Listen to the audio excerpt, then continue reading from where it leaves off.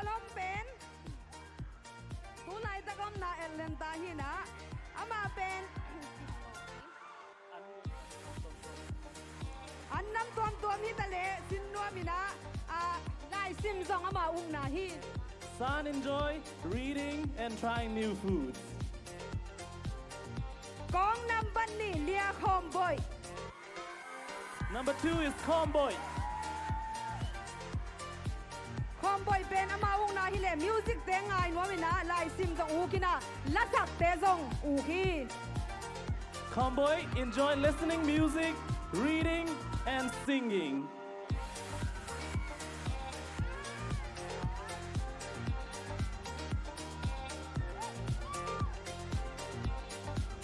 Achumna Kong number 2 lia sang no.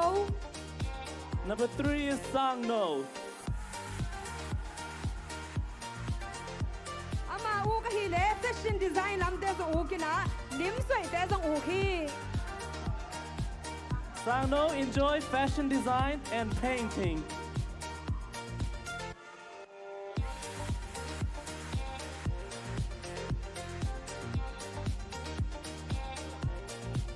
Kong number Lisa San.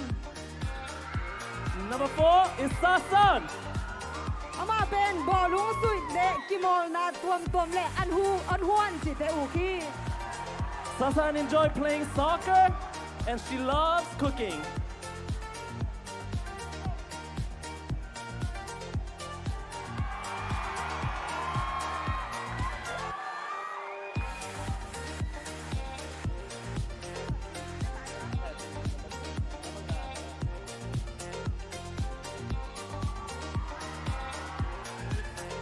Zomi na Kong number nga lia jing jing. Next is Jing Jing, number 5. Ama na to kisai hi le lam zong ukin lasak zong ukina lam xiao zong ukina hual zin zong ukina man zai tuam te zong ama na hi. Jing Jing enjoy dancing, singing, hiking, traveling and photography. Kong number guk lia hoi nu. Number 6 is Hoi Nu. Ama hi le bolung sui zong ukina kimol na le music langai te zong uki. Hoi Nu enjoy playing soccer and listening to music.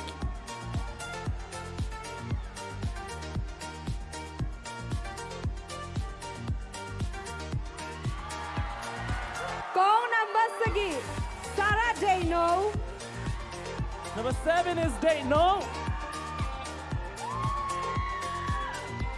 Ama ben nai le sang siama semina lasak to lam to pasian min phat nok asaya thi. They do enjoy teaching and singing and dancing as well.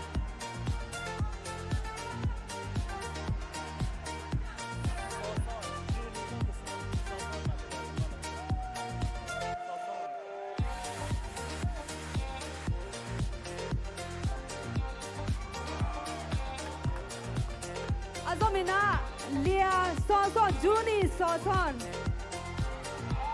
Next is Sasom, also known as Junie. Ama pen hi le lai sim zong to changina mual tung ka le exercise ball te zong ki. Junie enjoys science lab, as you can see. She also enjoys reading, hiking, and exercising.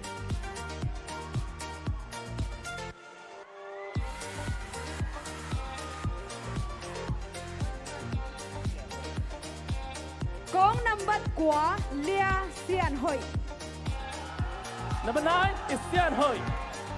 Sian hoi na hi le lasak gi thatum kina an huan zong ki.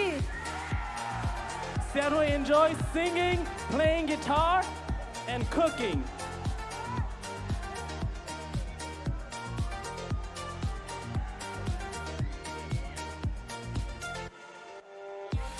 Kong number som lia zan huai.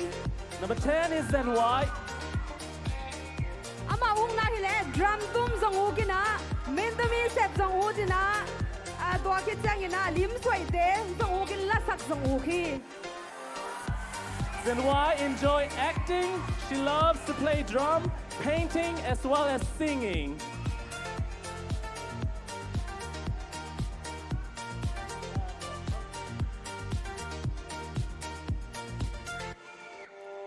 Azomina Kong number som lekhat lia Tina Nuam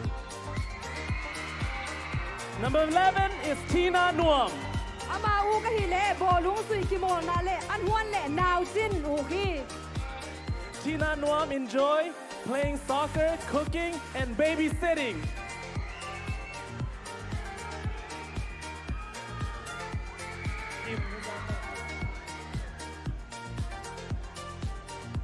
Kong number som na ni lia Kim Number 12 is Kim. Ama inop sang na hi le now bang te to ki thwa nop sa hasia wan sem lim suai lad music tumina ministry tuam ton te a volunteer na sem koi koi khathi Kim enjoy playing with kids, dentistry, drawing, writing songs, playing many instruments, volunteering with other ministries. Kong number som le thum lia di dim Number 13 is Dim Dim. Dim Dimi awung na hi le lim soi zong u kina khua zin zong u kina na thak peu peu asin nuam ma hi khata hi hi Dim Dim enjoy drawing, traveling, trying new things.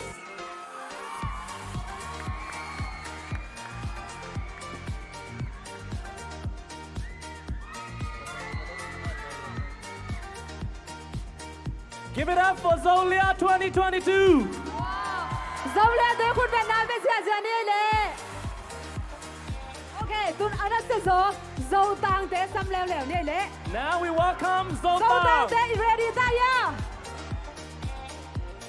Okay ama sai na Zotang Kong number khat Kapi Number 1 is Kapi. Kapi hi le lasak le lai sim ama na hi Kapi enjoys singing and reading.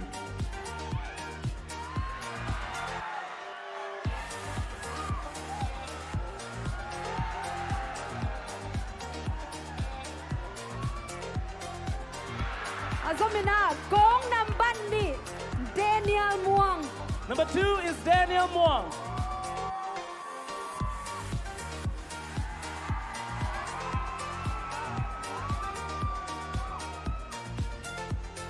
Daniel Muang i awung na ye lam xiao to mual tung ka to lam na le imut zong ama u ki an neng zong uk lai lai hi Daniel Muang enjoy hiking, dancing, sleep, and eating.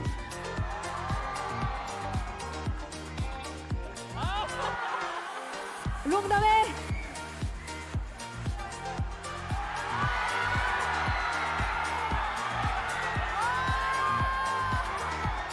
luk da me Zotang Daniel na selwa che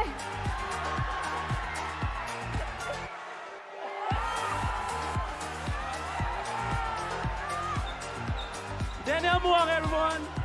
Azomina Kong number 2 Tang Tung Pi Number 3 is Tumpi.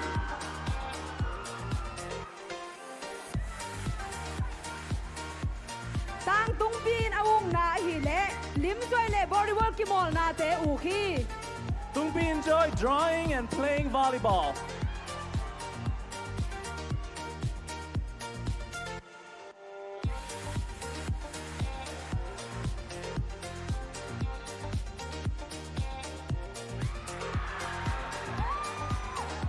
Azomina Kong number li Tang Pao Khwal Number 4 is Bao Kwao.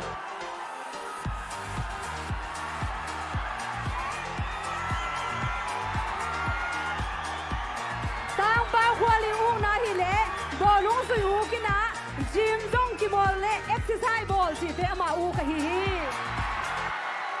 Bao Kwao enjoy soccer, gym, and exercise.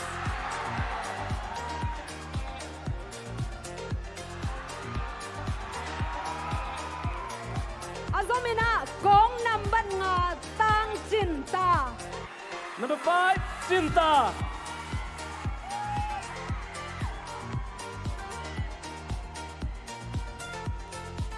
Tang Chin Ta i au ka hi le bolung sui ki mol na le mobile game te le lam xiao ji te ama ung na hi wa Shinta enjoys soccer, mobile games, and walking.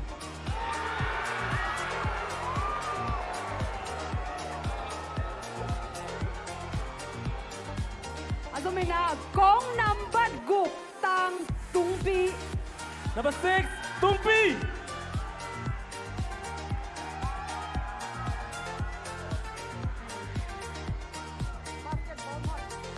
Tungpi na hile bolung sui volleyball tele basketball ji tebe na maung na hi.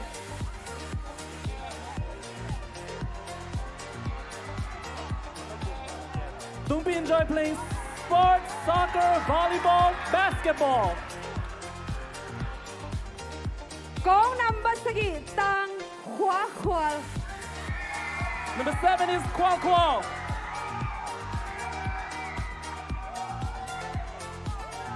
Khwa khwal ni na hile amawung na pen exercise ball zong u bolung sui kimol na lai sim le low pa men zong nop sama ma ji.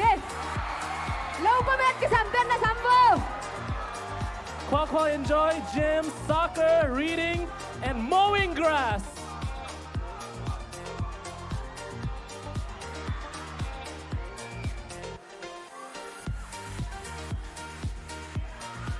Kong number giat tang mung no.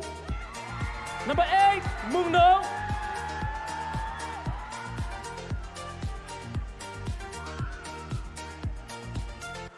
Tang mung no hi awung na hi le. Tui pe u bolung sui kimol na tele volleyball zong u kina lai sim zong u ki. Mung No enjoy traveling, swimming, soccer, volleyball, and reading.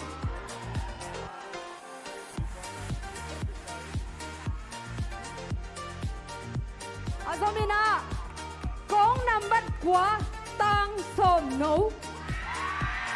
Number 9 is Som No.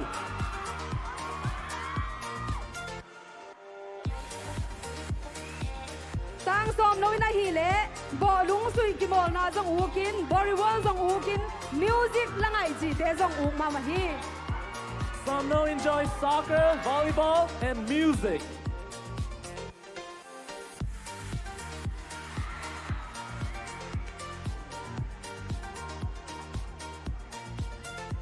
Kong number som tang David Lalpu. Number 10 is David.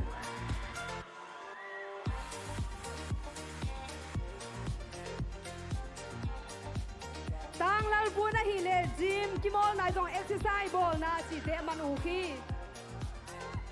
David enjoys soccer, gym, as well as martial arts, and he's been teaching how to shoot and rifle and pistol.